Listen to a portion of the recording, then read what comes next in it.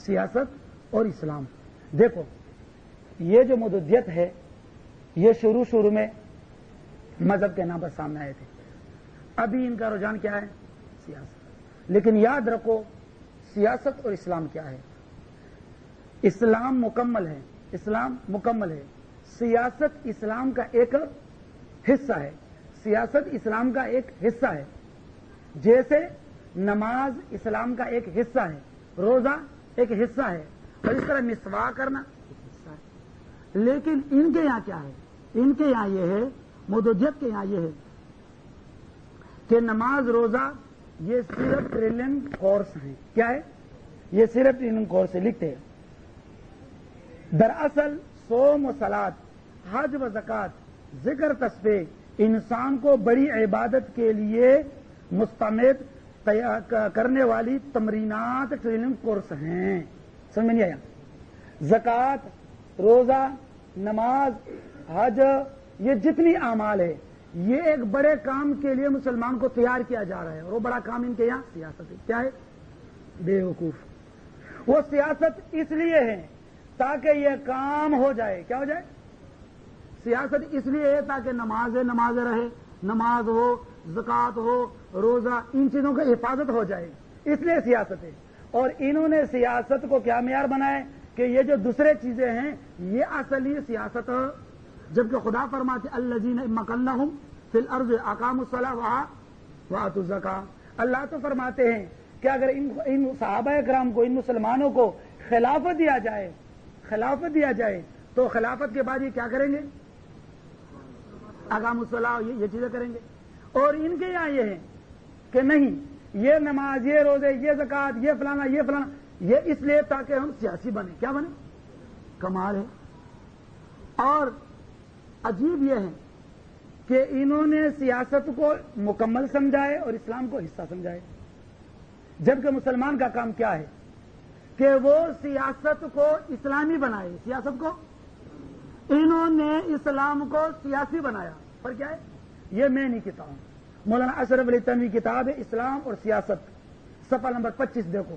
وہاں کہتے عجیب بات یہ ہے، چاہے تو یہ کہ سیاست کو اسلامی بنایا جائے، اور انہوں نے کیا کر دیا ہے؟ جو میں انہوں نے غلط بانی ہے، انہوں نے یہ کر دیا ہے کہ اسلام کو سیاسی بنایا. یہی وجہ ہے کہ ہر ایک کے پیچھے نماز پڑھنا صحیح ہے. کیوں کہ سیاست میں رکاوٹ ہے. کیوں کہ سیاست میں رکاوٹ ہے. بھائی کسی کافر کو، کسی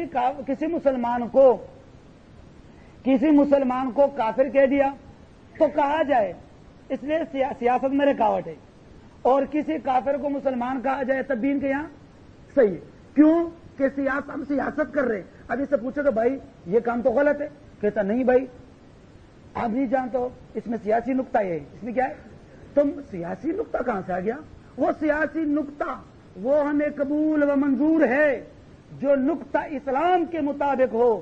وہ اس سیاست یا وہ سیاسی گفتگو جو نقطے اسلام کے مطابق نہیں ہے ان کو ندی میں پھینک کر آ جاؤ. سمجھ میں نہیں آیا؟ نہیں آیا سمجھ میں؟ یہی وجہ ہے کہ جمعیت علماء ہند 1919 میں جب بنی جمعیت علماء ہند، اور انہوں نے سیاست کیا ہے لیکن اسلام کے مطابق. کیسے؟ سیاست کو اسلام کا تابع کیا ہے، اسلام کو سیاست کا تابع. انہوں نے آ کر کیا کر دیا؟ انہوں نے آ کر اسلام کو سیاست کا تابع کرنا شروع کر دیا. اب کراچی میں ان علی منقوص سے پوچھو کہ فلانے کے پیچھے نماز ہوتی ہے، کہ نہیں یہ آنچلی قریب ہے، یا نماز نہ کیا ہے ہو جاتی ہے، یا کیا یا ہو جاتی ہے. اب اگر مردان میں جا کر ان سے پوچھو کہ تمیم کے پیچھے نماز نہیں ہوتی، وہ کیوں وہاں تو فتویٰ دیا کہ ہوتی ہے، یہاں کہتے نہیں. بابا وہاں سیاسی لوگ تھے بھائی، مسئلہ خراب ہو جاتا. سمجھ نہیں آیا؟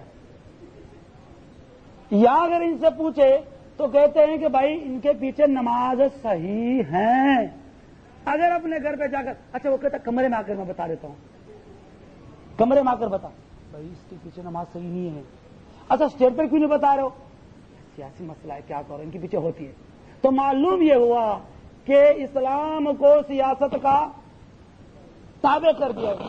یہی وجہ ہے کہ ہماری جماعت علماء دیوبند کی جو جماعت ہے، جمعیت علماء اسلام، یہ بھی سیاست کر رہے ہیں، ٹھیک ہے، لیکن آپ ان کے قائدین سے جا کر پوچھو جو ہمیں معلوم ہے، تو انشاءاللہ تعالی جو کراچی میں آپ کو فتویٰ دے گا وہ ادھری بھی ہوگا، انشاءاللہ وہ تبدیل نہیں ہوگا۔